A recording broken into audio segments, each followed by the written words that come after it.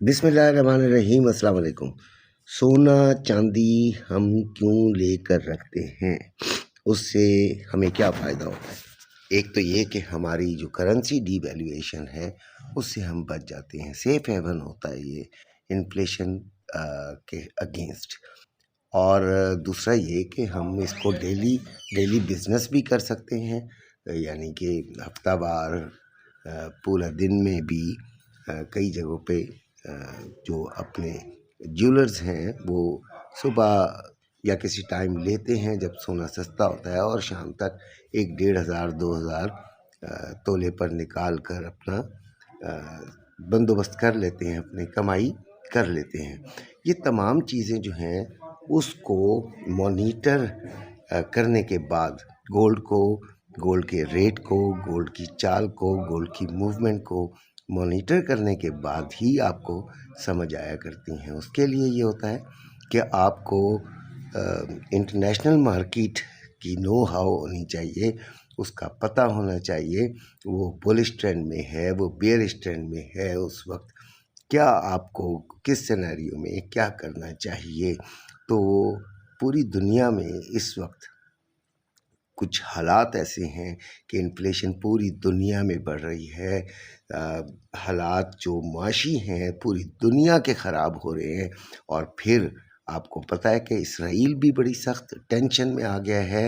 एक पैक्ट हुआ है पाकिस्तान और सऊदीया का, और पूरा मिडिल ईस्ट और पूरा जो खलीजी ममालिक हैं वो इस वक्त सोच में पड़ गए हैं कि अमेरिका पे से अपना एतमाद कम करके उनको अपने ही मुसलमान ममालिक को आपस में गैदर करना है, यूनाइट करना है और आगे बढ़ने की कोशिश करनी है।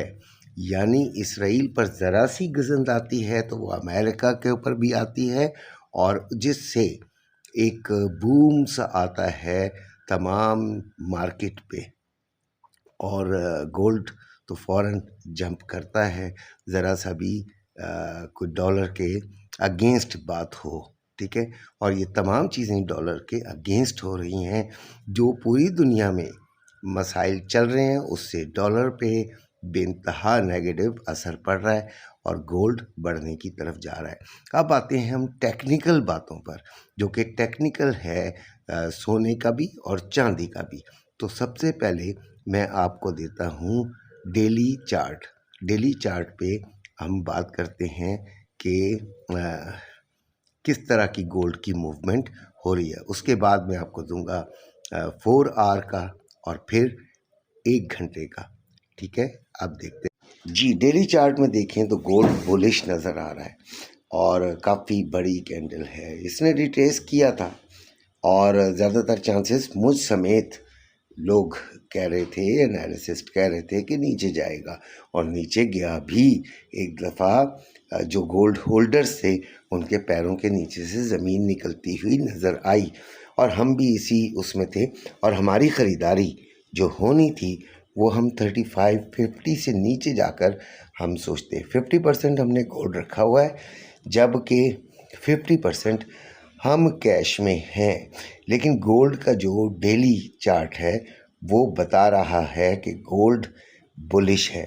इसको मज़ीद अगर हम चेक करें 4 घंटे के चार्ट पर, तो वो भी आपके सामने मैं पेश करता हूँ। उसको भी देखकर हम अंदाज़ा करते हैं कि क्या हो सकता है। पहले डेली चार्ट, फिर 4 आवर्स। अब ये 4 घंटे का यानी H4 का चार्ट आपके सामने, ये भी बुलिश है और लगातार आपको बुलिश कैंडल्स दे रहा है, और एंडिंग भी इसकी बुलिश कैंडल पे ही हुई है। यानी कि कोई रिवर्सल चांस नज़र भी नहीं आ रहा। इसको गौर से देखिएगा, ज़रूरी नहीं है कि आपको इस पिक्चर में ही वाज़ेह हो। आप अपने चार्ट खोलिएगा और इनको चेक कीजिएगा ताकि आप बेहतर फैसला कर सकें। यानी H4 भी इसको बुलिशी ज़ाहिर कर रहा है। आप इसके नीचे जो चार्ट है वो फिर H1 का है, उसको भी हम चेक करते हैं। लेकिन यहाँ पर हम इस नतीजे पे पहुँचे हैं कि डेली और H4 चार्ट टेक्निकली आपको ये बता रहा है कि विद द ग्रेटर वॉल्यूम ये ऊपर की साइड जो है यानी कि बुलिश साइड को ज़्यादा प्रेफर कर रहा है, और इसीलिए हमने भी इन दोनों चार्ट्स को देखने के बाद अपना जहन क्या बनाना है कि गोल्ड बुलिश है, यानी ये हमने एक फ़ैसला करना है। थोड़ा सा हम H1 का भी चार्ट देखेंगे और उसके बाद जो है वो अपनी जो पॉलिसी है, जो अपना प्लान है, वो बनाने की कोशिश करेंगे नेक्स्ट वीक का। ठीक है जी। अभी देख H1 का, H1 में भी ये यानी 1 घंटे में, मैं असल में अंग्रेजियाँ ज़्यादा नहीं मारता, मेरी कोशिश होती है कि आम बंदे को भी समझ आए। तो 1 घंटे के चार्ट में आपको ये 100% हो रहा है कि ये बुलिश है। अब हमारी ख़रीदो फरोख्त कहाँ से होनी चाहिए? देखें जी, मैंने जो शुरू में इंट्रो दिया था उसमें बताया था कि हम क्यों लेते हैं। हम प्रॉफिट के लिए लेते हैं, तो हमें कम से कम रेट पर लेना चाहिए। हमारी purchasing is the profit. Purchasing जहाँ से आप जितनी अच्छी परचेजिंग करेंगे वो आपके प्रॉफिट को उतना ही इंश्योर करेगा। लिहाजा इस काम में सब्र की बहुत ज़रूरत होती है। अगर ऊपर के खानों में ऊपर के रेट्स पर हमने लेना है तो हमें ये श्योरिटी होनी चाहिए कि जिस जगह से हम ले रहे हैं उस जगह से मज़ीद उसमें कैपेसिटी है काफ़ी बढ़ जाने की। अगर काफ़ी बढ़ जाने की कैपेसिटी यानी गोल्ड अभी भी बढ़ेगा, मज़ीद बढ़ेगा, तब हम उसमें हाथ डालते हैं और लेते हैं, और फिर वो स्लॉट्स में लेते हैं। अभी हमारे पास 50% है, तो हमने फिर ये फ़ैसला किया है कि अगर मार्केट 3640 के करीब करीब कहीं हमें मिलती है और नीचे नहीं जाती, उससे ऊपर ही H4 कैंडल बनाती है, तब हम 25% ख़रीदेंगे, अदरवाइज़ हम वेट करेंगे।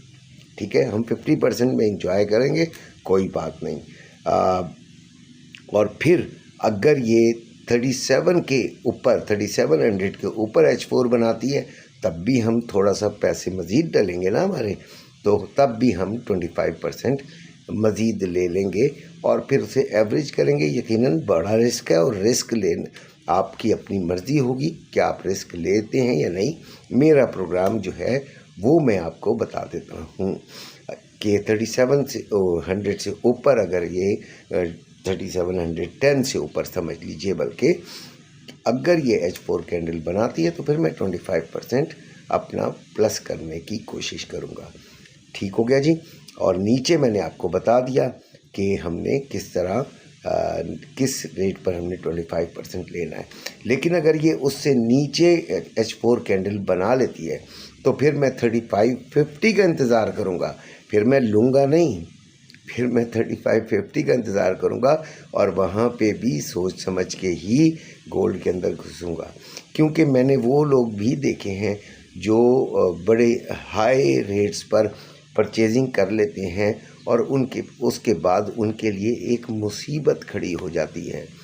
ठीक है, हम लोग गरीब लोग हैं, हमें बहुत एहतियात से चलना चाहिए। ग्रुप में आना हो तो नंबर पे मैसेज कर दीजिए। अपना ख्याल रखिएगा। अल्लाह।